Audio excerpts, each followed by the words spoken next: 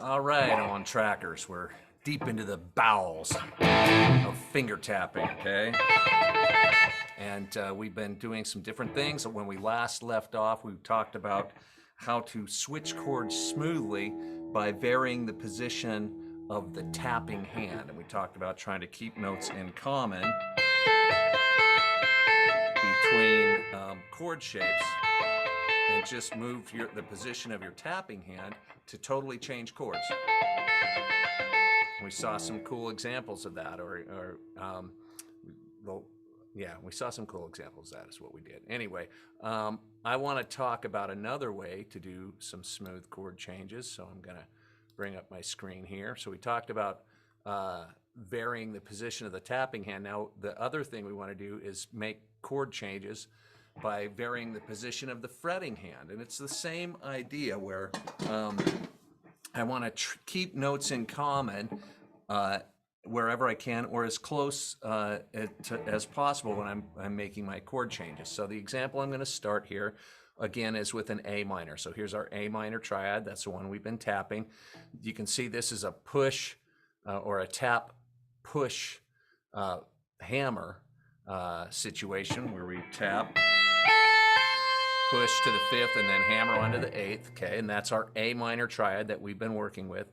Now we're going to go to an E major triad. Well, I know that the notes of an E major chord are E, G sharp, and B, okay? So what's in common here between these two? Well, the E is in common, okay? And E is the tapping note right there. It's on the 12th fret. So I'm going to just leave that tapping there.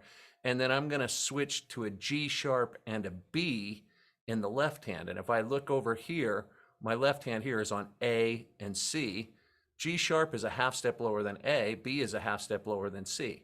So in my fretting hand, all I have to do is move that shape that I'm tapping from the 5th fret to the 8th fret down to the 4th fret and the 7th fret. So my left hand just makes a simple half step movement down in both fingers, and I've totally changed the chord.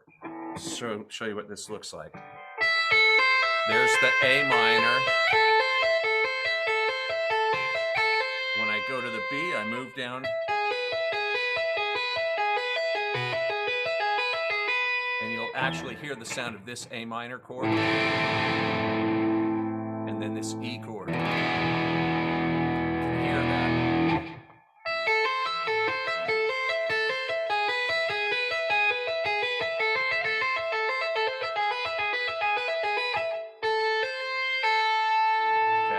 So I'm going to go ahead and just put this on. And now if you want to, you can pause right here and try that by yourself, a few times, and then come back and do it with me here. Again, I normally have this at 120. This is at 70%. We'll count this off. I'm going to let it play through once with just Guitar Pro only, and then I'll go ahead and play along to it. So here it goes, Guitar Pro only.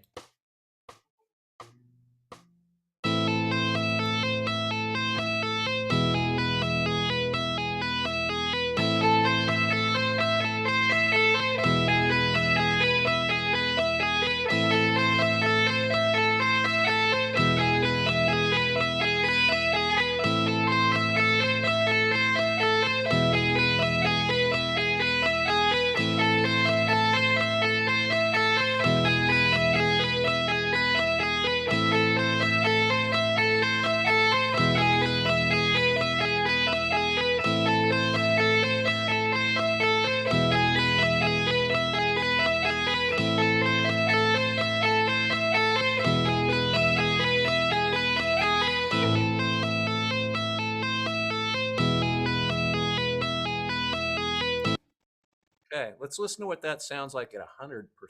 I'm going to move this up, to 100%. And this time what I'll do is I'll bring my face back on here. And let's listen to what this sounds like at 100%. Whoops, better select that again. Okay, here we go.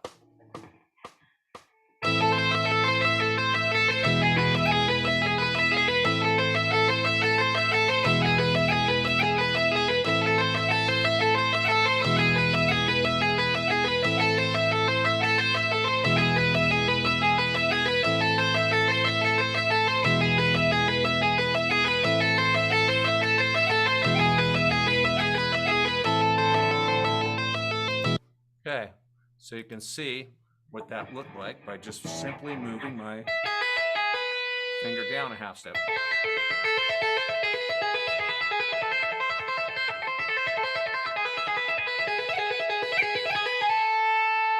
Okay, kind of a cool sound. You can hear those different chords. Okay, so now let's do something totally different here. I'm gonna, not totally different, but totally cool. And I'm going to share my screen again with you. We're going to kind of put some things together using everything that we've done so far.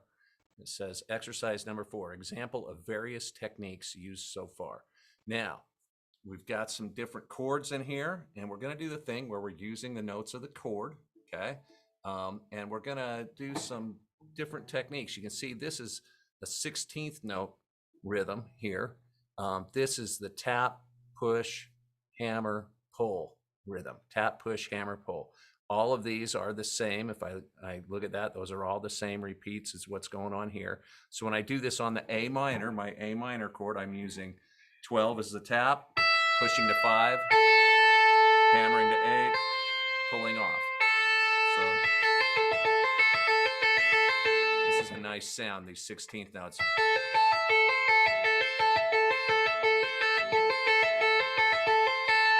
That's what we're using for the A minor, okay? For the F, you can see the only difference between the F and the A minor, we're moving the tapping finger up 1 fret to the 13th fret. So I'm going, hear a totally different chord right there. Okay, so if I go from A minor to F,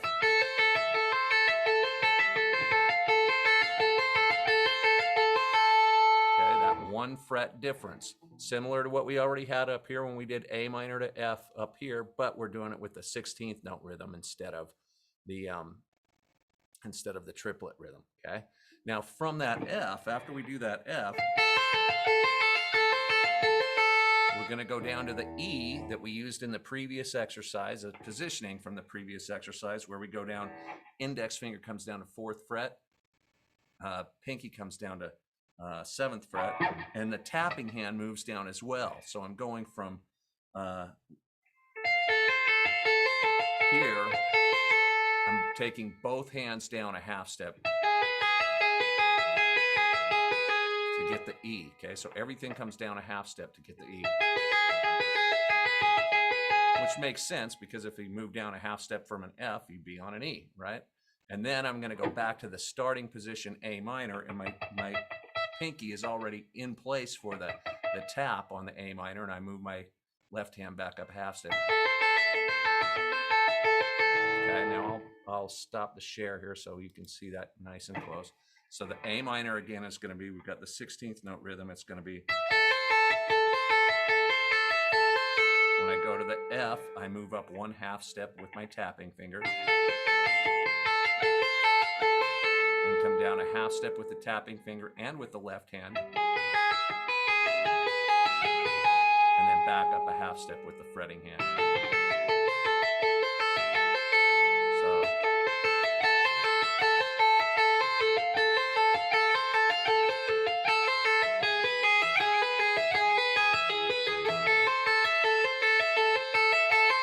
okay. Now when I do this on the Guitar Pro, it's going to have that just a whole note chord behind each measure so that you'll really hear the sound of the chord as it goes through. So let's go ahead and put that on with the Guitar Pro. I'll share the screen again with you and we'll play along with it. Now you may want to, I'm going to put this at 70% again. You may want to go ahead and practice this on your own a little bit before you do it. But if you want to do that, just stop right here and do that and then come back and we'll do it together. Okay, so I'm just going to go ahead and count it off. I'm going to let it play through a few times. I'll just start playing with it right away. It might take me a second to cinch into the count, but you'll hear the chords in the background and the tapping, and this is what it sounds like.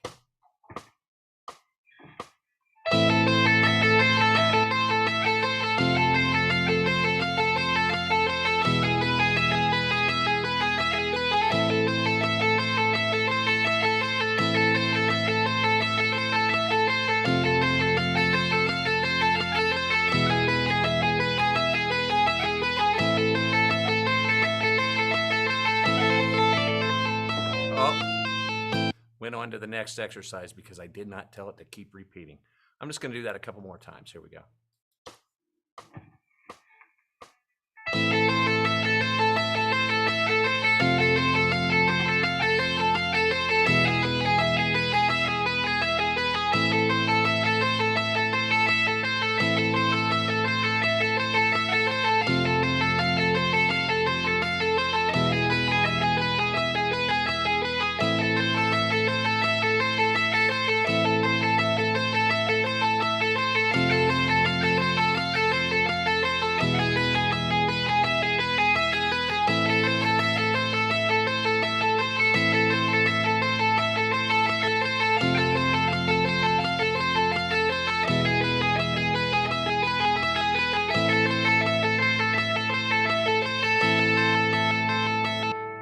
Okay, so you can see what that sounds like. Now, you could take that same sequence and do it with triplets.